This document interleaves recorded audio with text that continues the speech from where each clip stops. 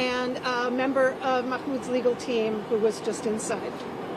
Hi everyone. Ramzi Qasim, RAMZIK from Clear, just coming out of the Third Circuit argument. So Mahmoud is on his way, and he'll take a couple of questions when he gets here. The court just wrapped up oral argument. This is the government's appeal on the district court's decision to preliminarily enjoin as unconstitutional the Secretary of State's determination that he should be removed. And so the government took an appeal from that. The government also appealed the bail determination that released him from detention in Louisiana on June 20th. And so the court will now take these issues under deliberation, and it's obviously unclear when the decision will issue. Of course, on our end, we're continuing to press forth, both in this court behind me, in the district court in New Jersey, and an immigration court in Louisiana to vindicate Mahmoud's constitutional rights and his rights to remain here with his family as a lawful permanent resident. So I don't know if there are any questions or anything like that. Otherwise, he'll be here in a couple of minutes. How are you and he feeling how's the team feeling after what occurred today? What was the vibe inside the courtroom? The judges had a lot of tough questions for the government. The government went up first, and of course they had some appropriately, incisive questions for us as well. It's always hard to predict which way the court's going to rule. But they're clearly giving this case the attention and the deliberation it deserves. And, we're hopeful as always. And no matter what the outcome is, we'll continue to fight, because obviously what's at stake is not just Mahmoud's right to speak up in defense of Palestinian human rights and his ability to stay here in this country with his U.S. citizen wife and child, but everyone's First Amendment rights and everyone's due process rights are at stake in a case like this one. Any kind of ballpark as to how long this might take? Is there any kind of precedent before? Like, do you have is there a window? I know obviously it's wide open, but do you have a guesstimate of how long this may take? In terms of the Third Circuit U.S. Court of Appeals' decision, what we know is that the court is obviously treating this with the attention and speed that it warrants, given the weight of the constitutional issues, the First Amendment issues, the due process issues. So, that would lead me to expect that, the decision is not going to take an unduly long time, but it's always very hard to kind of put a number on that. Any other questions? He's coming. Yep, he's on his way. He's right there. Sure. Yeah, our sentiment is that the court is giving this case the attention and the close attention and speed and deliberation that it deserves. We're, as always, feeling optimistic, and we'll continue to fight no matter what the outcome is here, both in this court, in other courts, in district court in New Jersey, and in immigration court, to vindicate not just Mahmoud's rights to speak up for Palestinian lives and dignity, but everybody's First Amendment rights and due process rights in this country. Would you say this case sets precedent? Absolutely. This is clearly an important and unique case that everyone's following closely, including this court appropriately. Thank you. Thank you so much for holding the phone. Is this yours or? No. Oh, yeah. Well, thank you so much, everyone, for coming. And we just finished a long hearing, and hopefully we'll need to talk to the legal team about the legal stuff. But I feel confident. Of course, the Trump administration is still trying to re-detain me.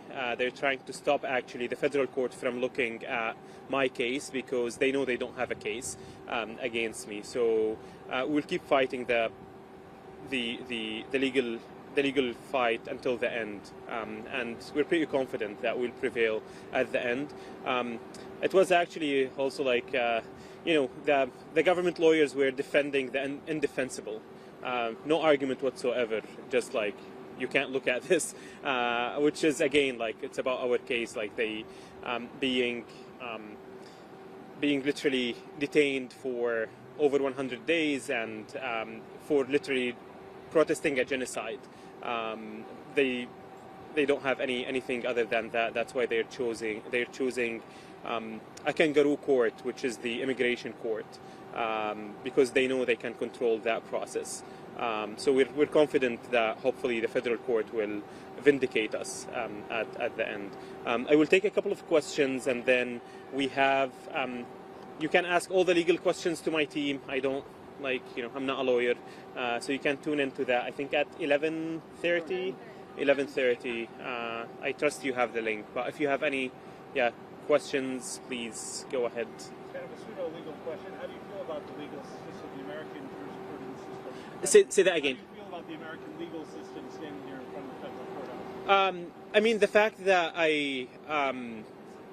that government tried to put me in prison and disappear me, and the legal system vindicate me, that means it is robust. However, this administration is trying everything to do to actually weaken this system at every